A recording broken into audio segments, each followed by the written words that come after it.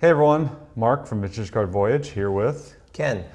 So we are going to continue our deep analysis of position players from our childhoods / the 80s mainly.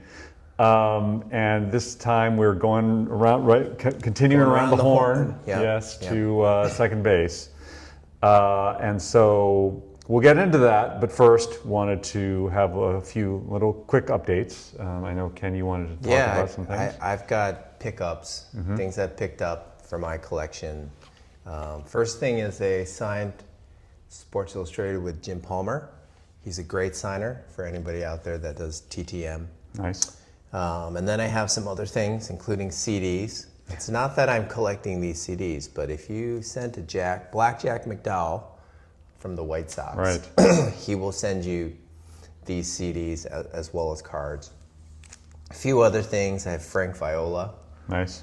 I'm trying to collect the 83 set, as many autographs as I can. Who's his daughter, I believe, is an Olympian. Oh, wow. Actually, and like a swimmer, I think, or diver, something like that. Yeah. Oh, wow. Yeah. Yeah, and I believe that's his rookie card. And then I thought I'd bring this card out just because. The Dream Team. Yeah, nice. This was like a cool set at the time. Yeah. So now, of course, I'm a collector, so I'm like, maybe I can get all the Dream Team signed. Got a Larry Boa sign. It's like 3 Phillies. Nice. Jose Canseco. I think this is a pretty was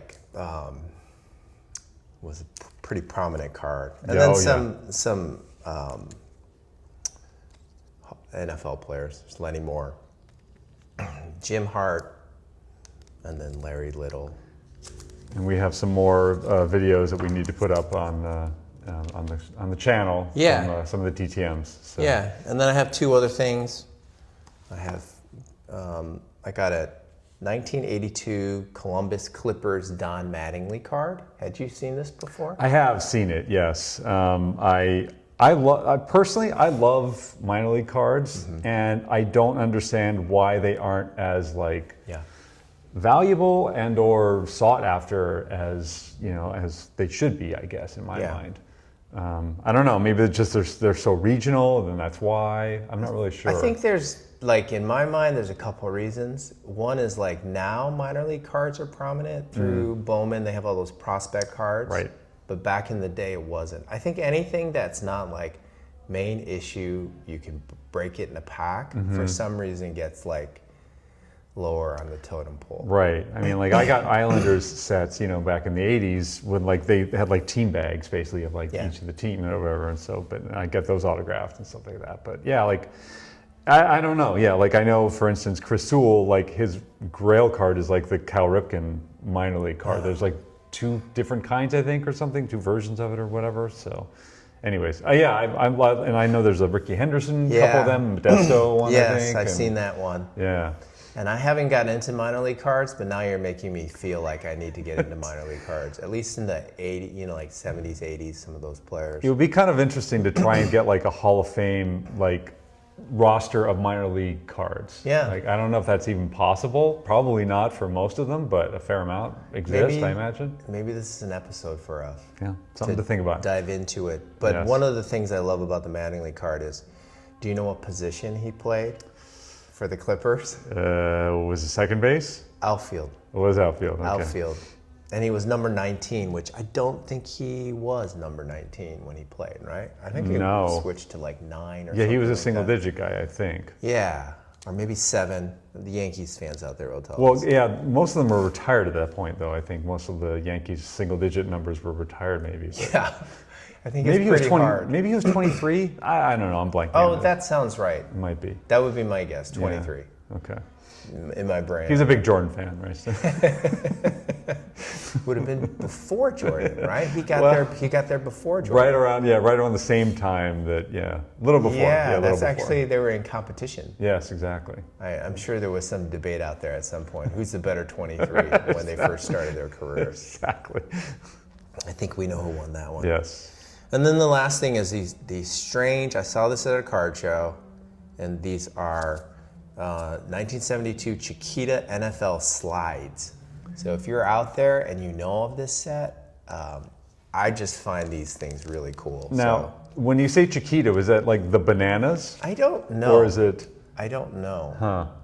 Interesting. 72. Yeah, I don't know if that was a company back then or not. I think the Banana Company has an S at the end. Chiquitas? Maybe. Anyways, there's like 2 players to the slide. There's these little tiny pictures. I'm getting the viewer so I can actually see it. I got the rest of the set here. Small set. Not that many Hall of Famers, but... Right. Quirky. Quirky, yes. You know, at this point in my collecting life, I will collect these weird little... Right. Anything I think is kind of rare, I'll collect. Yeah.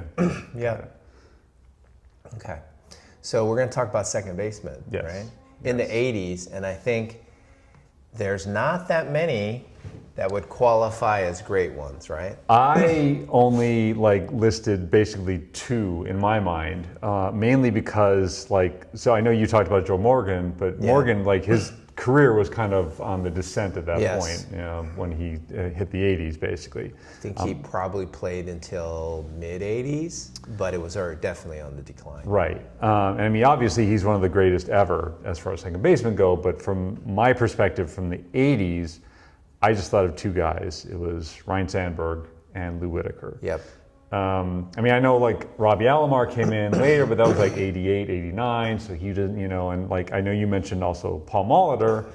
Molitor really didn't play too much second base in the 80s. I think it was 80, 81. Yeah. He played a little bit, and then he kind of moved over to third base and then to DH eventually, or outfield or something. And we, I talked about this before. Because we're baseball card guys, I refer to the baseball cards to see if it said second base. And he has several years where there's one year where it says shortstop dash second base. Yes. There's another one, second base, third base. So, you know, he played enough second baseman, but not primarily second baseman. So I don't know if he qualifies. Right. As I was mentioning to Ken off camera, I was he probably would qualify for fantasy league in at second base or something because he played 10 games or whatever, depending on your league that you're playing in. But I don't think about him as a second baseman necessarily. I'd agree with that. So, and then the other player who shows up when you look at these all-time WAR second basemen, but did not play second base in the 80s was Rod Carew. He was a second baseman for a long time. He was a first baseman though later, yes, right? Yes, so. Certainly through the 80s. Right. But he was a second baseman for the Twins. Yeah, I don't think of him as a second baseman at all because I didn't I didn't watch in the 70s, and so I don't even in my brain I don't think about that at all. mean, can you I don't think I could imagine him turning a double play. A double play with somebody crashing on and he had to jump in the air. He didn't seem like that kind of athlete. No. But, No. Interesting. Yeah, I had no idea. So I'm trying to think who else would have even come up. Willie Randolph, was he? Yeah, Willie Randolph. Yeah. But his numbers were mostly in the 70s, I think, and kind of, or just didn't. He never really had that big offensive kind of. No, thing, I think he was a good defensive player. Yeah, and a steady player, and I know he was a leader. Wasn't he a captain for the Yankees? Quite possible. Quite possible. So, and he might have won Rookie of the Year when he came up. He was very lauded as a young player. I remember, but yeah, I don't know. You know, Randolph is 16th in all-time WAR. Among second basemen. Okay. And if you compare that against Sandberg's 11th. Right. Sorry, not looking at this right. Sandberg's 11th. Whitaker's 7th. I know. I was going to say I did a comparison in the 80s, but specified just in the 80s, who what their stats were like, and I was surprised. Whitaker's WAR in in the 80s was 43.6, and Sandberg's was 37.7. Wow. It's but Sandberg won a Gold Glove pretty much every single season that year, that decade, I should say. Whitaker won maybe 1 or 2, I think 1 probably. But yeah, Whitaker had more home runs than Sandberg during the 80s. 4, but obviously, and also, that's surprising. Most people wouldn't have guessed that. Whitaker also started, in 80, or he started earlier than that. He played the entirety of the 80s, right? And Sandberg started in 81 with a few games with the Phillies. But yeah, like he had a few more home runs. They had comparable like triples numbers and the RBIs. Whitaker had more. Sandberg killed him in stolen bases, and average was close, 285 to 275, and then like slugging was pretty close as well, 439 to 420. So yeah, anyways, it was just kind of interesting to me. And their what is the number, OPS plus, which I guess is like, I think they use that number as a comparison to like what I think the average player is 100 or something, and then they go numbers up. Whitaker's was 114 and Sandberg's was 112, so they're like right there. That they're really close statistically, I think, Yeah. which would just, At least in the 80s. shock people because Sandberg's in the Hall of Fame, Whitaker is not. Right. We both think Whitaker belongs in the Hall of Fame. I think so. Yeah. I think he may eventually get there. I mean, if you certainly study second baseman and you're a top 10 WAR player, you know, you think, I'm going to scroll down here and you'll see there's people like Craig Biggio, 14th. And I'm just picking out players we'd seen play. Now you're getting into, and there's like Red, Shane Deans. Bill Mazeroski's WAR is 36. Low. Yeah, it's low. He's 48th overall. I mean, his obviously fame was built on the 1960 fame. That was one game, but he obviously, I mean, not to deride what he did as a player, but like that was where his fame was built. I think. So. Yeah, and a lot of people would say that Ryne Sandberg's fame was built on one game too, because he was a national televised game. I don't remember what year it was, and he almost hit for a cycle. He hit for a cycle, and that's when his name just blew up. I remember that's when I paid attention to who he was. And he was MVP in '84. Yeah, I think that was. It might have been that year. That was the year that he like completely blew up. And that, you know, I think that also affects people. You know, Whitaker never had, I don't know if he ever had a year where he finished high in the MVP voting. Yeah, I don't think so. He was more like a steady player. Yeah. Wasn't he the leadoff hitter for the '84 World Series team? I'd be surprised, but it's possible. I'm okay. So we're just going into our memory bank here, like because we both followed the Tigers closely at that time. Who else would have been the leadoff hitter? Right. That's what I was thinking. I know Trammell batted third. Right, and Gibson fourth probably, and then Parrish fifth. Yes, I would think maybe Evans, or maybe Larry Herndon was batting third and Trammell was batting second. I know Larry Herndon batted third for a while. Chet Lemon would be toward the bottom seventh, maybe, or something. Darrell Evans might have been fourth or fifth. Yeah, I would think you would put Evans up there. Yeah. Brookins is probably ninth. Yeah. I would assume. There's Tommy Brookins again. We should talk about him every episode.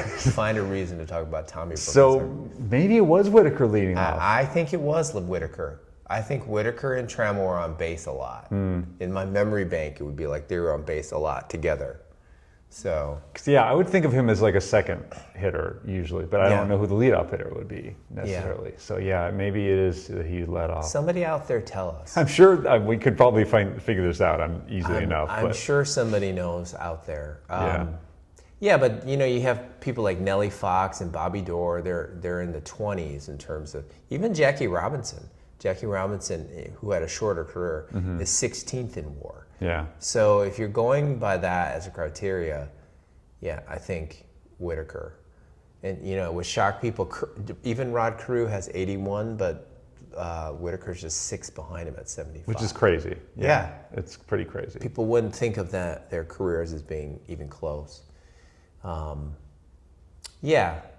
So I'm looking at the World Series. He was leading off. Trammell hit second, actually, and then Gibson and Parrish was fourth, and Larry Herndon was fifth. Barbaro Garbet.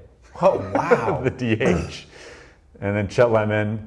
Evans was eighth, and Darrell Evans was eighth. Yeah, and Marty Castillo was ninth. He must have been slumping because isn't that the year he hit 40 home runs? I thought it was later, actually. They also had a young Howard Johnson, I think, on that team. Yeah. 85 was when he hit 40. Wow. He came in, I think he came into the season, 84 he had abbreviated. He had 130 games, but he only had 16 home runs. Wow. Yeah. So if you were to say who was the best second baseman in the 80s, and now it's come down to two. Sure. who would you pick?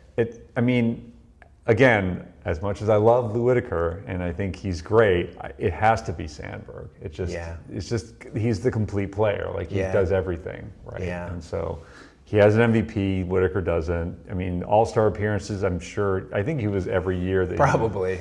Pretty much. I mean, Whitaker did have a fair amount. Not to disparage him in any way. He definitely was one of the best second basemen in the American League for sure. I'm going by my memory of like All-Star cards right, exactly. in the 80s, and I'm thinking Whitaker had Willie Randolph disruption showing up there, getting the right. nod. Bobby Grich was another one who would get All-Stars. Yeah, that's true. I'm just remembering those like All-Star Topps cards, that not the base set, but like the extra ones that you get every so often. And those are like the starting lineups, I think, usually. Yeah. He appeared in a few of those, I think, in the mid to late 80s. So. I think I agree with you. I think it's Sandberg. And then we've been asking this question: if you pick one second baseman for one game, who would you pick? I mean, I can't pick Whitaker. It just doesn't make sense. You could pick Whitaker. You could make a decision from the heart. I really like him. Just a really good. I mean, I think. So one game you can pick outside of those two. Remember, sure. You can pick outside of those two. I'll go first. Okay. I'm going to pick Paul Molitor. I was going to say. I'll deal with his maybe less than stellar defense at second. I'm guessing he may not have been a great second baseman. Right. But what a great hitter. And I remember him being kind of a clutch hitter too. So he had that hitting streak. He had a hitting streak of like 39 straight games. Yeah, that's right. It was the longest streak since the Pete Rose streak. Pete Rose, yeah. They were talking about him possibly approaching Rose or whatever. Yeah. So. Yeah, so I'll pick Molitor, and then I'll leave Sandberg and Whitaker for you to choose between. I mean, I have to pick Sandberg. I love Whitaker, I do, but I mean, just from a perspective of like great players, like he can do everything. It's when I think about Whitaker, I think about Trammell. That's how in my brain, like which is weird. That's why it's especially weird for me that like he's not in the Hall of Fame. Yeah. It's like Trammell is and he's not. It's like that doesn't make any sense because they're basically the same player. The two of them were like incredible at double plays. I can just see it in my brain, like the way they would coordinate and just poetry in motion. I mean, it's like. Yeah, and Sparky Anderson always about we're strong up the middle. Right. And we should say the center fielder passed away. Yes, R.I.P. to Chet Lemon, who passed earlier today or yesterday, I believe. He's been facing some health challenges for a while. Yeah. So another great player. Yeah, it's sad to think about these things like players that Like I don't know if this is completely irrelevant to the discussion we're having, but the fact that Cecil Fielder's grandson hit a home run yesterday in like one of his first professional games. Oh wow, I didn't realize that. Yeah, Prince's kid is like, I think he's with Milwaukee actually. I believe. What is do you know his name? Is it Jaden? Wow. I'm blanking this. I could be wrong about this. And is he also a first baseman? I do not know. Let me look and see if I can do a real quick research. That blows my mind. Yeah, I know. I'm like thinking about. They're gonna make a run at what? The Boons? Isn't the? Is Brett's kid? There's playing? Gus, or is it the Bells? There's Gus Bell. Yeah, Gus Bell, Buddy Bell. It is Jaden Fielder. David Bell, something like that. Yeah. In the Arizona Complex League. Wow. I don't know if he's what position he plays, but yeah, it's just like, oh my gosh, I can't believe. I know. Used to be a fan of Cecil in the late 80s, obviously. But that's, even in the beginning of the 90s, that is 35 years ago. So makes sense that there would be another generation coming in. So, wow, something to look forward to. I'm going to root for that guy. Is there a Ken Griffey 3 that we should be aware of? I don't know. Probably would have happened by now, I would have guessed. So. Yeah. Anyhow, so yes. And then the other thing we've been talking about is is there anybody on the rise? Are there any players who, like if you're a second base collector, you'd be like, okay, I need to collect that guy because he made the Hall of Fame. We had talked about this off camera, and I don't really think there's many. There might be Jose Altuve, who's 22nd on the list. He's got 52 WAR. Yeah. And there's Marcus Semien, which surprised both of us. Surprised both of us, indeed. He's 31 on the list. He's at 45.5.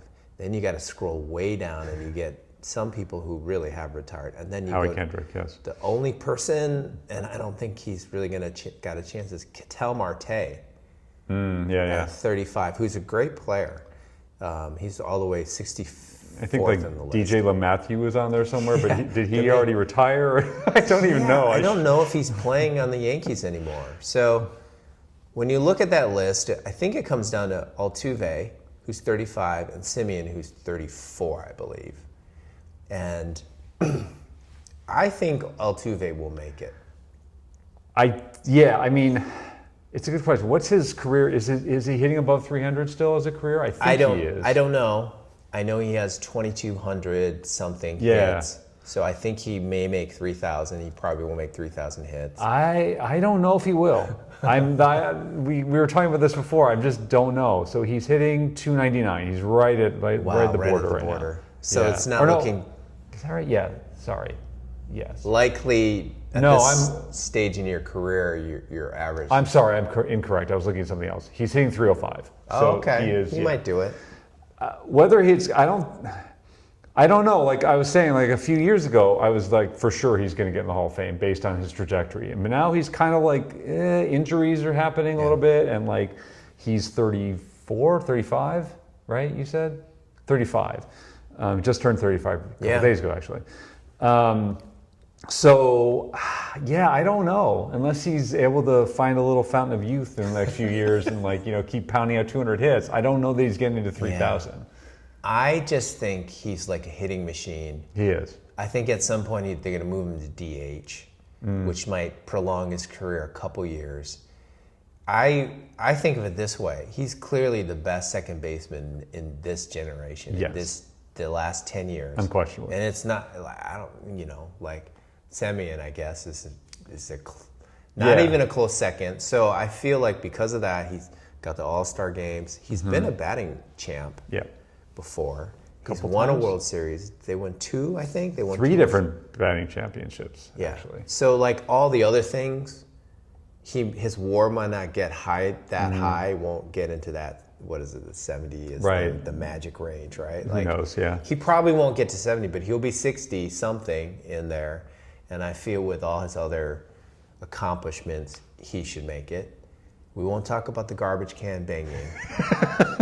Which could hurt him. I think the year or the years where they did that, his stats are elevated. I know my son is keen into this, and so he's like Bregman, Altuve, Correa. He knows the players that really benefited from the the garbage can. Beltran, yeah. I'm surprised they haven't gone back, got the audio, and actually measured. Like if you hear the garbage can, what did they hit? Right. I do not. That correlation. But yeah, 230 career home runs, 318 career steals. He led the league in steals twice. Wow, I didn't know that. Yeah.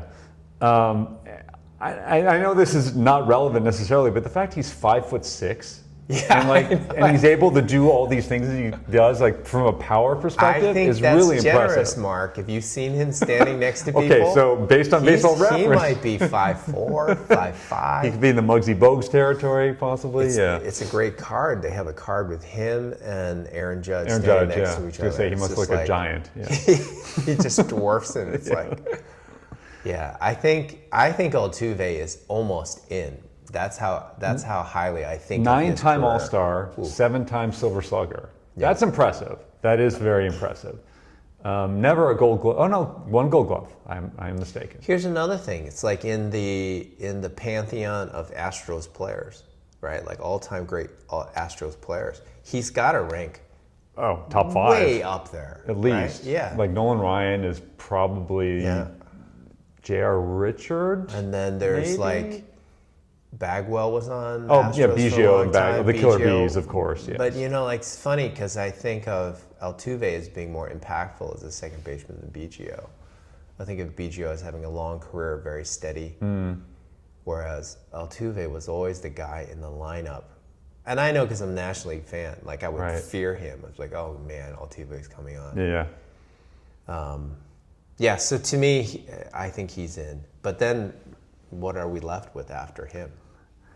There's Semien. Well, yeah, we obviously skipped over Robinson Cano because they say he's still active because I know maybe he hasn't officially retired yet. But he has, I believe, some problematic things with him as well in his career. And so that guy seems like a lock. He seems like a lock. If they hadn't had that issues, he was like a lock for the Hall of Fame. Yeah, and he's 10th overall. His WAR is like 68 or something? 68.7. Right? Yeah. Just underneath Bobby Grich at 71, which is yes, we've talked about before. We have talked about before, and I don't consider him a Hall of Famer, but then I kind of do with Cano because his career was kind of spectacular. Right, exactly. There's that eye test thing with Cano. Yeah. So. Yeah, so I don't know. I mean, so for me, Altuve is in. Semien is at 45.5. If he can find a fountain of youth and have a couple big years, not happening. Because we talked about him finishing third in the MVP three times. Different times, which is crazy. That's impressive. So if he finds one or two more of those years, I could see his WAR getting pushed up to 60, and then he's in the conversation. His batting average is barely higher than his number of home runs. I think he's at 250 batting average and 240 home runs, something like that. So I'm like, I don't know. That'll be an interesting thing to see. What ends up higher? Well, it'd probably be home runs. I would assume, yeah. Yeah, because I think he'll make it to 300 home runs, but he will not. He won't be 300. No. Yeah, I mean, I'm a former Oakland A's fan. They were my American League team I rooted for, so I kind of love Marcus Semien. Sure. Yeah. Sure. I can't think of anyone else, and I don't know the up and coming guys. Yeah. Well, Ozzie Albies was at one point, but his career has really petered off. Yeah. I'm just quickly scanning. There really isn't anybody I can think of that exciting. We probably are missing people. Yeah, I'm sure I am. I know.